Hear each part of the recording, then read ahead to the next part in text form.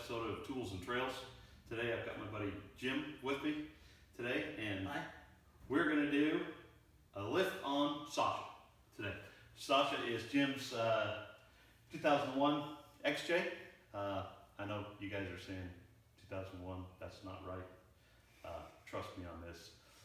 We'll talk about that a little bit. But anyway, we're going to do a 3-inch lift. We're going to go over the parts and stuff today a little bit because we've kind of put this together. Instead of just going out and buying a kit, Jim found a donor Jeep that we bought that had a kit on it from Rusty's Off-Road, kind of your entry-level kit. We parted out the Jeep, and then Jim has added some other stuff to the parts list. So we'll go over that today, but I want to get back to this 2001 issue, Jim, because I know a lot of you Cherokee purists are saying, wait a minute, that's not a 2001. Trust me, it is. But, you know, here's Arizona. We're close to the southern border, and you can go across the southern border for a little work, as they say. I think Sasha has had some of that done. You're looking at this saying, well, we know it's a Jeep because it says Jeep, so that's good, but it looks older.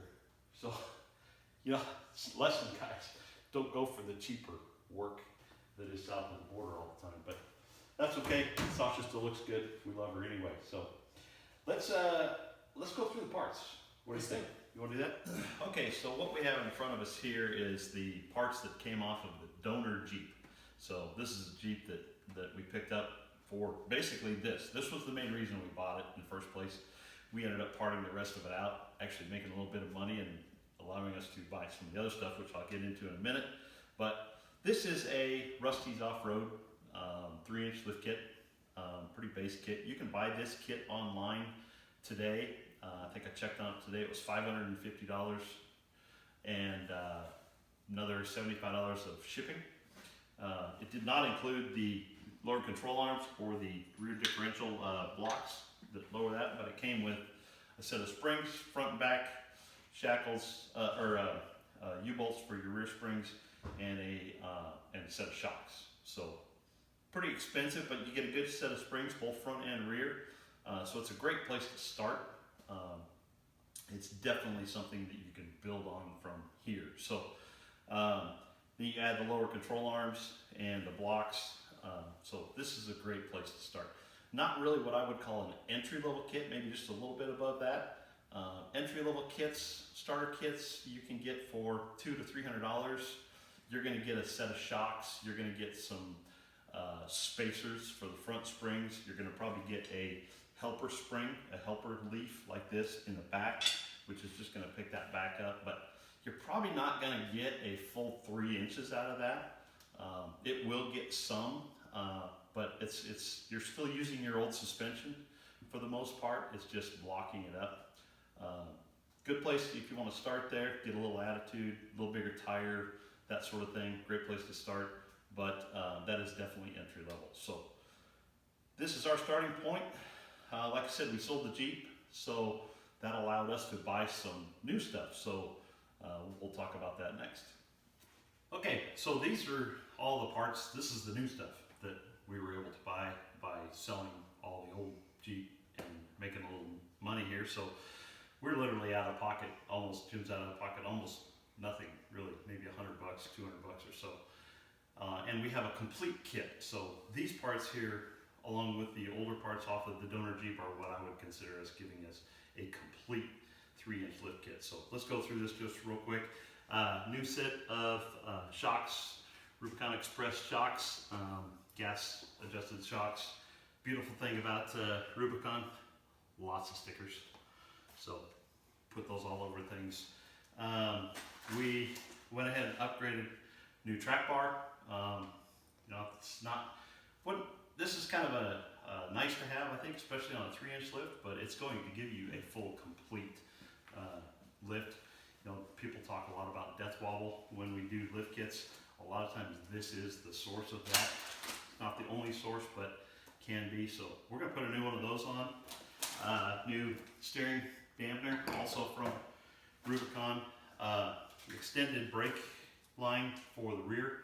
You get get some flex in the back, and you definitely want to have this longer kit. Last thing you want to be is out on the trail, snap that rear brake line, now you're out of brakes. So the other thing is some front sway bar disconnects.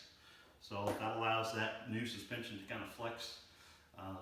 Best thing, in my opinion, is keeping the wheels on the ground. So by disconnecting your sway bars, you allow that to happen, and that's how you get away with a lot of pretty serious wheeling without the introduction of lockers and that sort of thing. So 4 on the floor, just like your grandma used to tell you about your dining room chair. 4 on the floor. Bumpers, new bump stops in the back, extended for the longer travel. Also helps keep the wheels out of your fenders. Same thing on the front. These are some different units than stock. These mount on the bottom of your springs as opposed to the stock ones on the top. So we'll get those put in. One of the things that I highly recommend, we'll talk about this more, these are wedges for the rear axle. This helps with the alignment of your drive shaft to your rear differential. We're going to talk about this a lot more, and I can tell you why. This is one of, in my opinion, the most important things to add to a lift of any kind. So, very important product. I think I've got it all here. So, we're going to start with this. This is probably going to be a 2-part series. We're going to start with the back. So, I think our next step here, Jim, is to flip this Jeep around and go to work. Let's go to work. Okay, we're going to do just a quick check and see how much we get out of this. So, stock form, before we start, looks like we're sitting at about, I'm going to say that's about 14 inches to the bottom there in stock form. So, we're going to see what this gets out of it. I forgot to mention too that when we're done with this thing, we're going to replace the normal wheels, stock wheels, with a set of 31 by 10.5 on some 15-inch black rims. So that should be about right for this lift.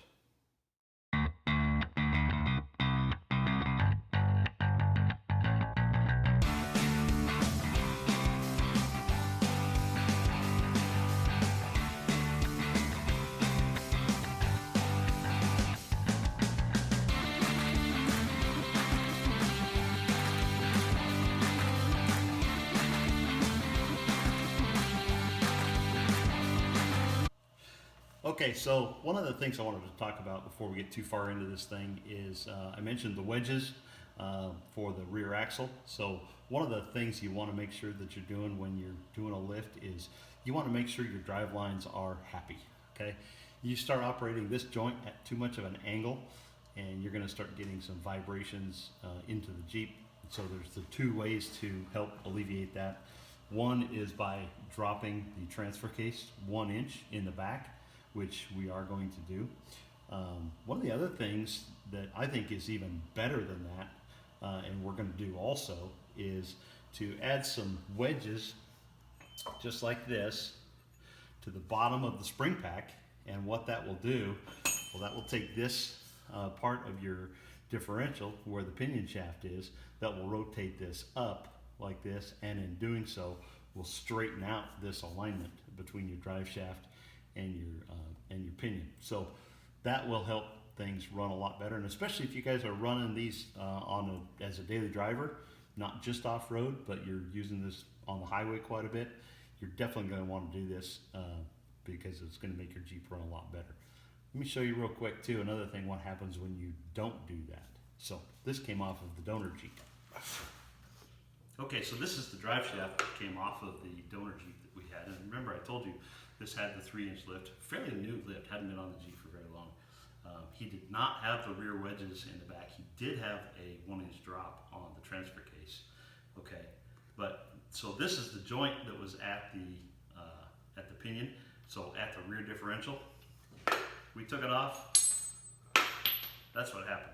This U-joint here was not long for this world. Then the result was just simply that this thing was operating at too steep of an angle like this constantly, and it just wore out this U-joint. All these needle bearings inside here were gone. This thing was going to fail here within the next probably few miles. This thing was just all but trash. that's what happens when you don't have a happy drivetrain.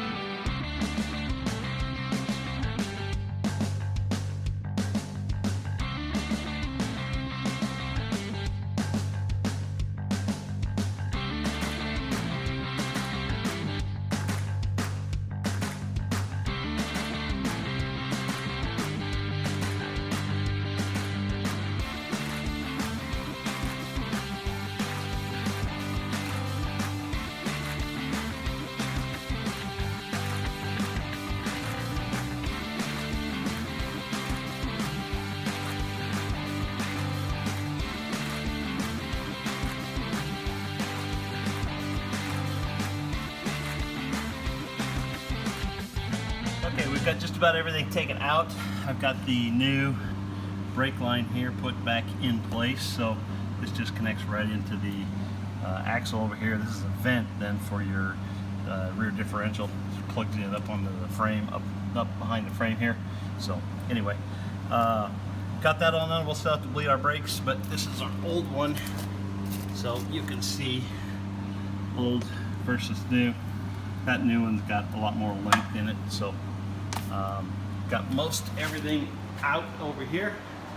So old chocks, those were long gone. Original OEM equipment, as I say it, old expired material. Old sway bar in the back. We're just gonna leave this off. We're not gonna put this back on at all, just because it's, you know, about that big around and doesn't do much anyway. So if you're running every day on the highway, maybe you want to leave it. We're not, so I took it off of mine. Doesn't seem to matter, so we're going to leave it. Jim's working on the springs, and then we should be going back together.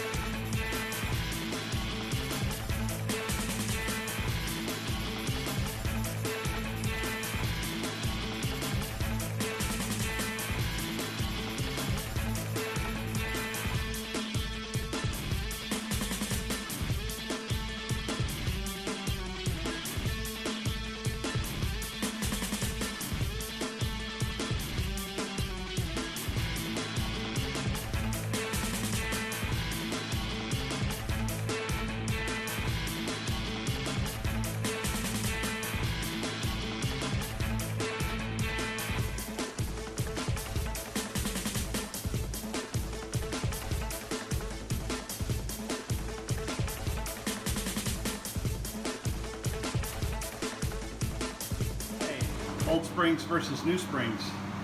You see a big difference. Not only the thickness of the leaf, but just how much height we got.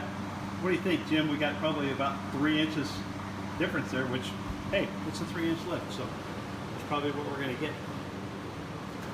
Plus we got old, tired parts there, so. 3.5, how about that? Ish. Okay, ready to go back in. So a couple things to note with this. we had added some rock sliders here, and those were in the way, so we had to loosen those up, slide those out. Otherwise, this bolt right here that holds the front of the spring wasn't going to come out. In the back, this bracket for the hitch was not going to allow the bolt to go that way, so we had to actually take out the shackle that goes up in here. So got that out right here. Let's put that back in. We'll reverse the bolt when we go back in. So axle's free, ready to go back in.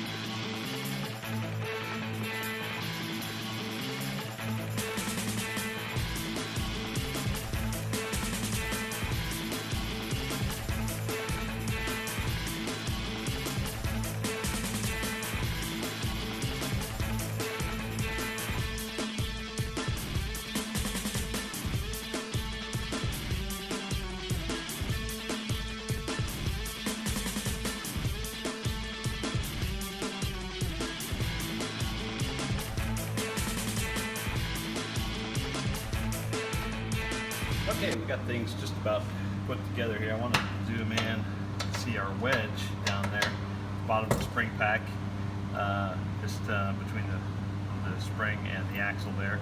And what that's doing is you can see the axle, or I'm sorry, the drive shaft and the front differential there. Pretty good angle. We put the jack under there just to help us align things a little bit as we made the connection, so we'll take that out shortly. You'll be able to see. So. Got our new bump stops in place. Springs all tightened down.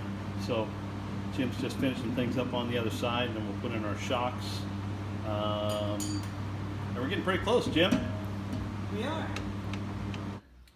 Okay, we got ready to put the shocks together here for the rear, and the bracket that comes with the new shocks from Rubicon is this little doohickey. Bolts with 2 bolts up into the top mount. Press this into the rubber bushing. We got that all done, got it up in there. This is kind of short. Would probably work in a pinch, but since we're using the old Press-O-Matic 12,000 here, we're going to use the old ones. This is the old attachment piece that was in there. So we just pushed that out of the old shocks. You can see the difference here. So that old one here is going to give us a much better bite on the top of that shock. So we're just going to press that back in, reuse the old stuff.